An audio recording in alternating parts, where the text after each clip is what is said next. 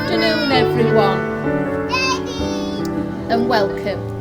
My colleague is Jane and myself Carol, and we are the registration officers, and we are delighted to be present here today on this very special occasion. Would all guests please be seated? Thank you. This place in which we are now met has been duly sanctioned according to the law for the celebration of marriages. We are all here today to witness the joining together in matrimony of Jake Christopher Ledger and Lucy Rose Fleming. And on their behalf, thank you everyone for coming here today to help them celebrate the next chapter in their life together, and hopefully for a day that you will always remember. However, before we begin, I'm required to ask that if any person present knows of any lawful impediment to this marriage, they must declare it now. Very well behaved, not even a pin drop there, not even a cough. So that means we can go ahead, both of you. So I'll take lovely flowers. Thank you. You can hold hands if you want to. Give each other a bit of support.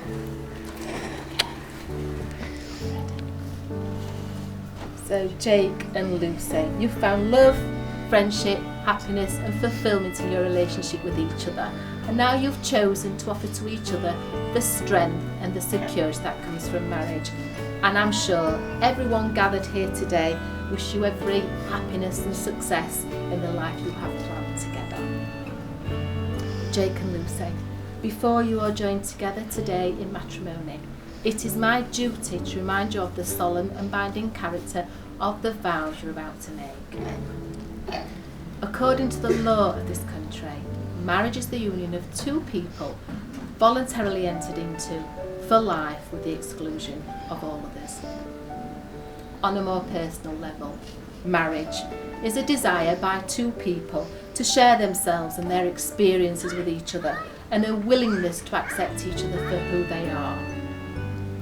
Marriage demands courage, the courage to be open and change, and the courage to sort out together the everyday tasks of living.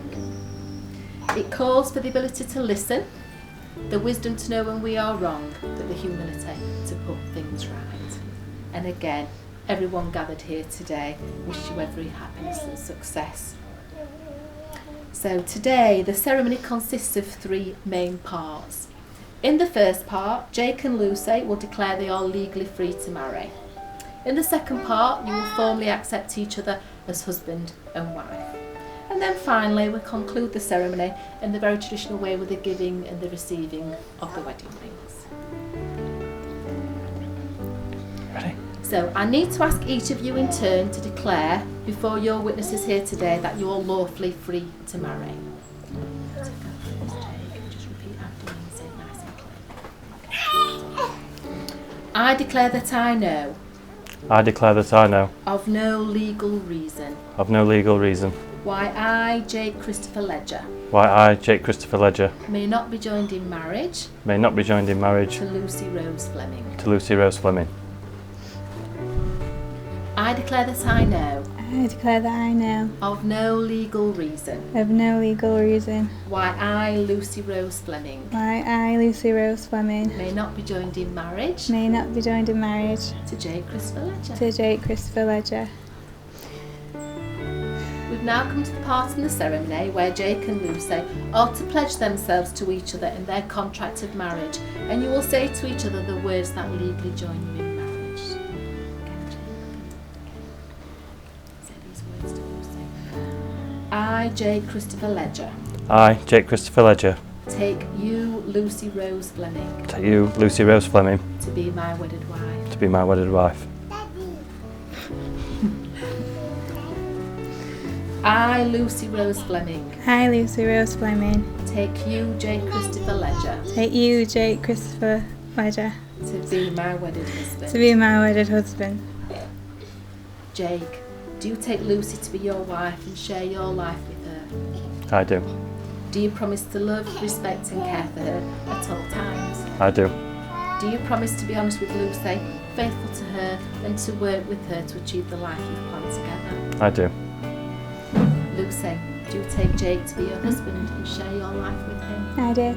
Do you promise to love, respect, comfort and care for him at all times? I do. Do you promise to be honest with Jake, faithful to him and to work with him to achieve the life you've planned together? I do. Having made this legally binding contract, we'll conclude the ceremony now in the very traditional way with the giving and the receiving of the wedding rings. So apart from sealing the marriage contract, the unbroken circle of the rings signifies the enduring nature of the lovely promises and vows you are making to each other today. So instead we've got Alex with the rings. So if you just want to stand next to Jake, turn it round at the side of because you've got a photographer. Open the box to prove that you've not lost the rings. There you go. Well done. So Jake, I invite you to take Lucy's ring out of the box. There you go. And as you're supporting her hand, place the ring on up to a knuckle. There we go, and hold it in place. Just want to take a little step back from me. Say these words to Lucy. I give you this ring. I give you this ring As a sign of our marriage. as a sign of our marriage, And as a lasting reminder. as a lasting reminder Of the promises made between us today. of the promises made between us today. And I promise to love and cherish you forever. I promise to love and cherish you forever.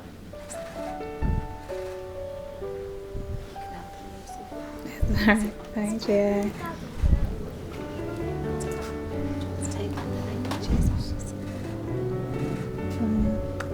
Thanks. Place it on his finger. And say these words, but say them to Jake for me. Jake, I give you this ring. Jake, I give you this ring As a sign of our marriage. as a sign of our marriage And as a lasting reminder. and as a lasting reminder Of the promises made between us today. of the promises made between us today. And I promise to love and cherish you forever. And I promise to love and cherish you forever. Place his ring on. Hold hands. May you both find that marriage brings you strength when you need support, much comfort if you were ever sad, but much shared joy, love and happiness, not just today, but throughout the rest of your long lives together. So, Jake Christopher Ledger, Lucy Rose Fleming, you have both made the necessary declarations and promises here today. You have made promises to one another and you've proved them with the joining of your hands and the giving and the receiving of the wedding rings. And so it's my honour and pleasure to say there's no going back now. You are now husband and wife. Kiss your beautiful bride.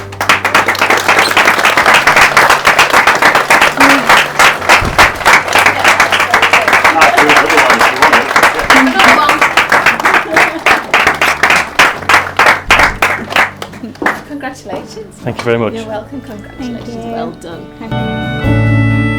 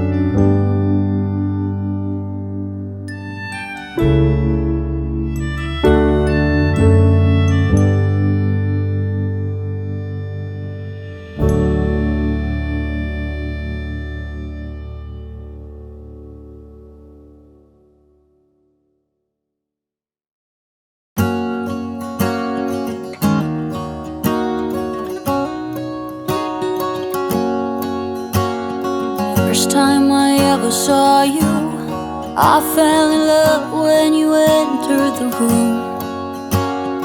And when the light hit your face, we were just kids, but I knew right away that I will be with you until I stop breathing. I will keep loving you as long as my heart's beating. Oh, hold me close, promise you won't let go. I'm nothing without you, I don't know what I would do without you. You are the one I choose, I wanna grow old with you. I'm nothing without you, I don't know what I would do without you. Even though years have gone by, I'm still in love with the way that you smile. And when I look in your eyes, I know that I will be with you the rest of my life. I will be with you until I stop breathing. Good afternoon, everybody. People who don't know me, my name's Glyn. I'd like to thank everybody for coming today and for sharing with me and my wife Susan an unforgettable experience of watching Lucy and Jake get married. First of all, when Lucy was born at home, things didn't go quite to plan. So the first time I held her was in the ambulance speeding her and her mum to hospital. From that moment, I fell in love with her. We've had a close bond. I used to take her football when she was 6, but we won't talk about that now. All memories. And from being a small, scruffy tomboy to somebody who has blossomed into a beautiful woman, an amazing mother to our gorgeous grandchildren, Ada and Eva. It's a great comfort to us that Lucy's found happiness and contentment with Jake. Jake is everything we could have wished for our daughter. He's kind, thoughtful, hard-working, and a credit to his family. Lucy, I feel blessed to have been your dad for the past 29 years, and me and your mum love you very, very much.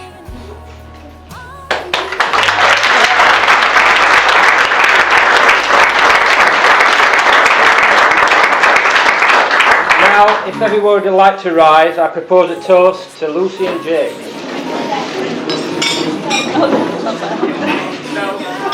Lucy and Jake. Lucy and Jake. And now I hand the speech over to my new son-in-law, Jake.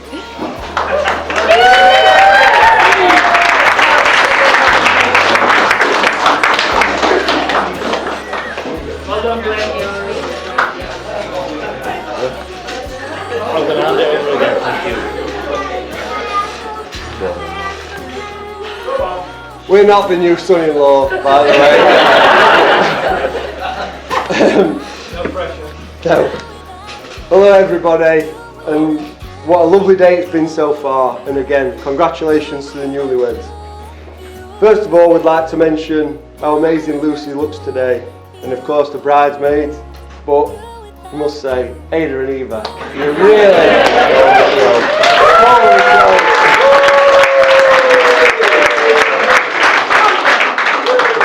I must mention what a stunning venue they've managed to get as well. I know it took a fair few before them to choose this one, but it was definitely worth it. The issue with a lot of the other venues is the same issue the groomsmen had with the suit trousers. There were no ballroom. But Lucy's done a brilliant job organising a fantastic day, using her background and keen eye to detail to bring it all together, which is ideal because I know Jake's took a back seat on the decorations and flower arrangement. After all, when it comes to who wears the trousers, Jake's got half a leg and a pair of shorts. Over the years, a lot of the lads would agree what a great friend Jake's been, amazing husband he'll make, and brilliant dad he's turning out to be. Although we must give a special shout out to the kids' playgrounds of the pubs around Sheffield. And a special mention to the Stag's Head. We've known Jake for around 25 years, so it'll be hard to put that many years of friendship into this speech, but Lucy's kindly allowed us a single side of A4 between them. It's fair to say that Jake's never done anything by half measures. His first tattoo, We're a full arm sleeve. First scuffle downtown, he turned into Karate Kid. Slee and Kia play a little prank on him. And he calls the police.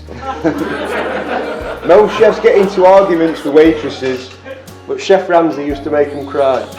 but we know what his close mates is his softer brush really. Even before Jake came a dad, we've been exposed to some of the useful training whilst living with a few of the lads.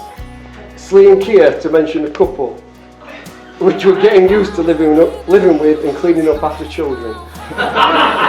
He was metaphorically and literally wiping arses for a few years at Aberdeen, which he added down to a T when it came to his own kids. The house on Aberdale Road holds some good memories for us all during our late teens. The friendships made there are still going strong today when looking around some of the faces in the room, and the turnout for Jake's stag do speaks volumes. Now it'd be remiss of us not to mention the stag do, and thanks to everyone that made it and made it such a good weekend. Believe it or not, there were no seediness on the trip, so we're all happy about that. But we'd like to take this moment to give a special mention to a few characters we encountered. So first off was the minibus driver. He's probably one of the strangest blokes we have ever encountered in our lives, and it's safe to say he wasn't the most switched on. He dropped us off at a pub outside Manchester Airport Terminal 3 in order to avoid paying a £5 drop-off fee.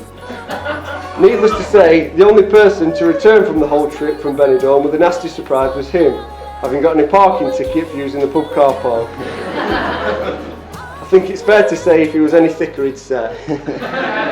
Oh, you were about as thick as a Boxing Day turd. You could say.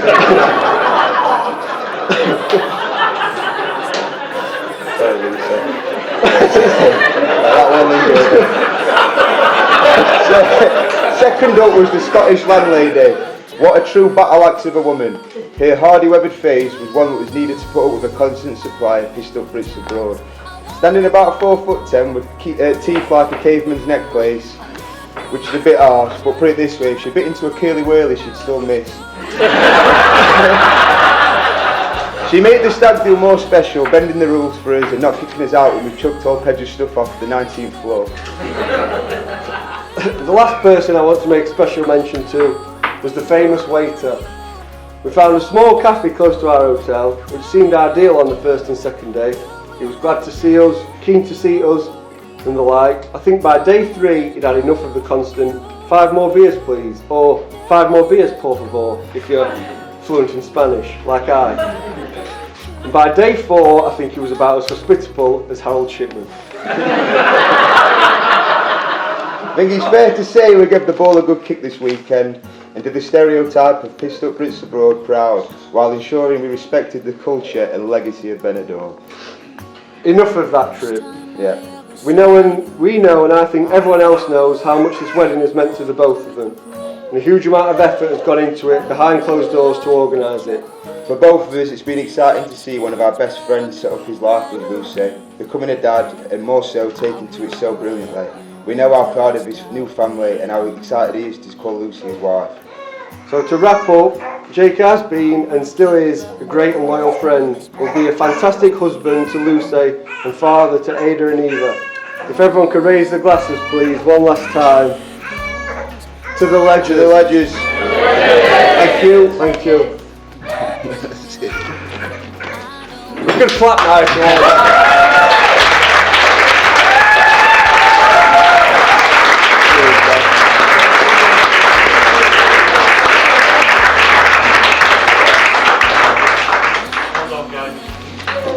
Well, that's really hard to follow. Fantastic speeches on both sides, so thank you very much. I'd like to start with saying, and I'm sure you'll agree, how beautiful Lucy looks. It wasn't a surprise to many our engagement. Lucy had been dropping some subtle hints to myself. One Christmas she even bought a ring sizer, so we all knew what was happening. There was also some not so subtle hints. I was literally sending me a picture of the exact ring she wanted, followed the ideal first dance, dress and flowers. So relatively speaking, this whole process has been quite smooth for me. All that being said, the build-up to the proposal wasn't as straightforward as I'd hoped. For those that don't know, we got engaged on top of Babadak Mountain in a Ludinez, Turkey, once only accessible by a gravel track. It now holds host to a cable car, an amphitheatre and a lovely restaurant on top. Once we had purchased a ticket for the cable car, we were greeted by a security guard. Unfortunately for me, he had a metal detector, just like the one you find in the airports. Ring in my pocket, I honestly thought this was it. He's going to discover the ring and I'm going to have to propose here in the lobby. After a cunning move, I've thrown my jacket with the ring inside, through the metal detector, we quickly scuffled through the other side, no one knowing a thing. The restaurant was beautiful, 1,700 metres above sea level with breathtaking views of the bay and the harbour. Lucy had been doing some reading and discovered that past 9 o'clock, the only way down the mountain was the old-fashioned gravel track or to paraglide. Of course, she was adamant neither was going to happen. We had ordered our drinks and food and took in the breathtaking views. Guess who couldn't wait to leave? I showed Sue and Glyn the perfect place I was going to propose on a travel video. It was lovely and quiet, with the sun setting behind. The ramp used by the paragliders was the perfect place to propose. What I hadn't realised was this particular weekend in July was Turkish bank holiday, and the place was absolutely packed. I told Lucy we had to get a picture on the ramp in front of the sunset. I had arranged with a waiter to take the photo, and that's when I intended to propose. By this point, 9 o'clock was getting closer and closer, and Lucy was growing more and more frustrated. I found the waiter, and we went over to Lucy to take the photo. It was that busy, I was literally having to move the crowd of people out of the way, and most of them, as you can imagine, didn't speak English. Once we were in full swing, I got down on one knee and popped the question. Long story short, she said yes, here we are, the ring fit, and all before 9 o'clock. I'd like to move on and say a few thank yous. Firstly to Lucy's family. I must admit, the stories used to tell of her dad, twin brothers, 4 uncles, crazy Auntie Leslie, and even her were enough to make any man quiver. But every one of you have been so welcoming, and you really treat me like one of the family. Sue and Glyn, thank you for the words, the advice, the support, and everything else in between you give to us both. We're forever grateful. Gareth and Greg, I honestly feel like a brother to both of you. I know firsthand how an older brother can care for a younger sister, so thank you for letting me in. I'll never forget the romantic weekend we spent in Venice without our other halves.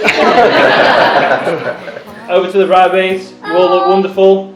I know firsthand some of the stress Lucy has had planning this wedding. If she was anything like me this morning, I bet she was a complete handful. So thank you for putting up with that. Lastly, to my beautiful wife.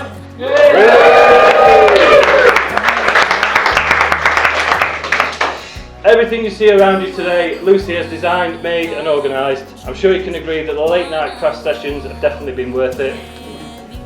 Lucy, you're a great partner and a wonderful mother.